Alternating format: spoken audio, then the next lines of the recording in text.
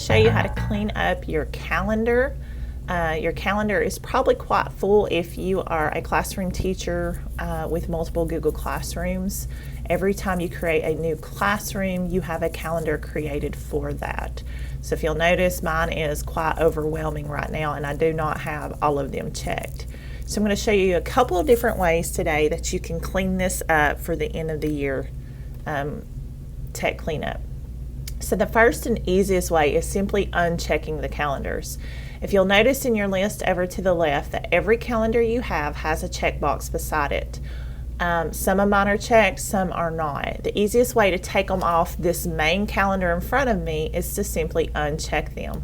So I can go down the list or up the list, and you'll notice slowly that things will start disappearing from my calendar and you won't see them. I also have some down here, so I can keep unchecking to clean it up so that I'm only seeing the calendars that I want to see, like my main calendar and like I have a personal one, my personal calendar.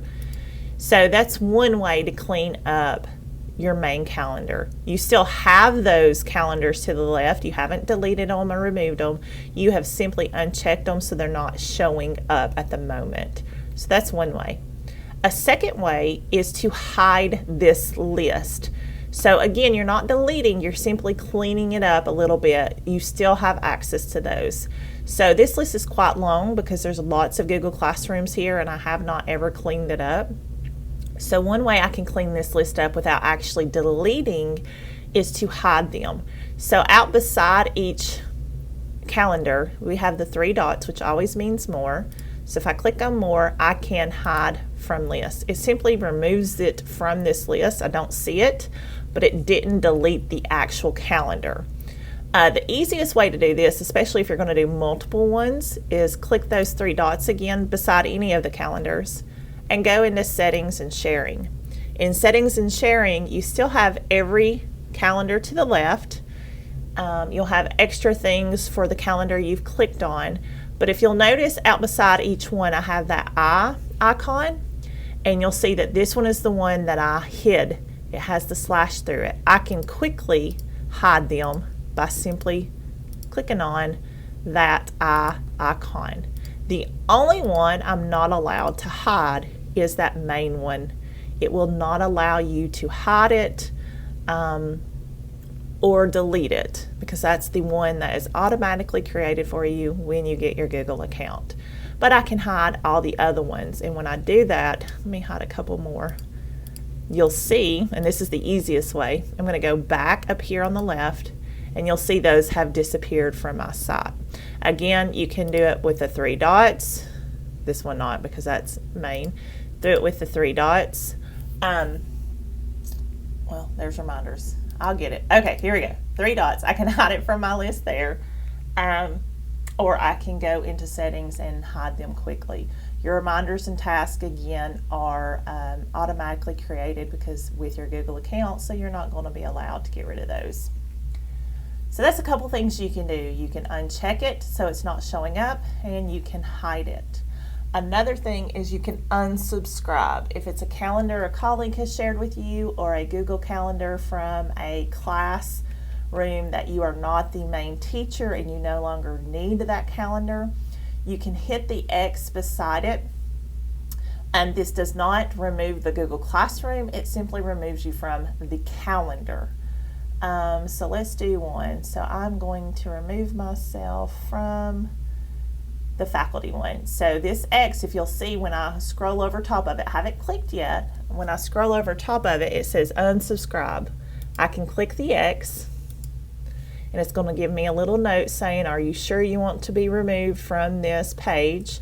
You'll no longer have access to the calendar and its events. Other people will still be able to access this calendar. Again, I'm not deleting the calendar. Other people who are subscribed to this will still get their information and their events. I'm not removing the Google Classroom. I'm simply removing myself from the calendar. Okay, so there's another one. I'd be very careful with unsubscribing because it's gone. You would have to get someone to invite you back to get it back. So be very conscientious about which ones you are picking to unsubscribe from. And then the last one, and the one that I don't recommend unless you're absolutely sure, is the deletion. So I'm going to go over here to settings again, hit those three dots in settings, or I can go up here at the top right to my settings, and I have access to all my calendars.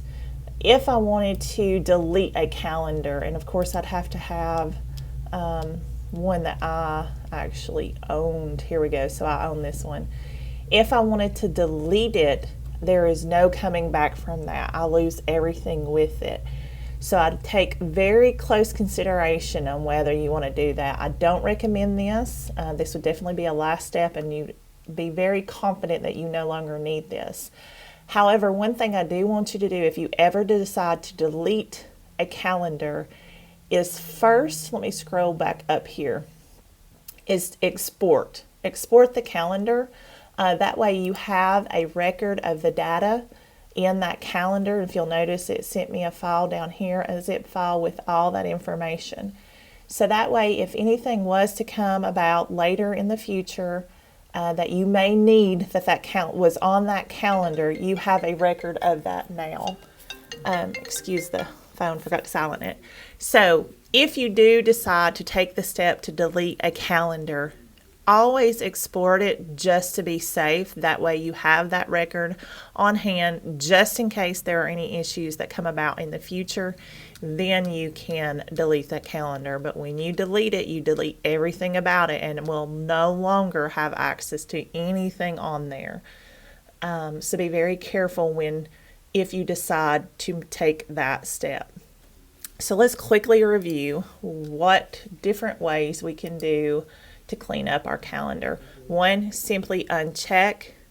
2, hide from the list. 3, unsubscribe.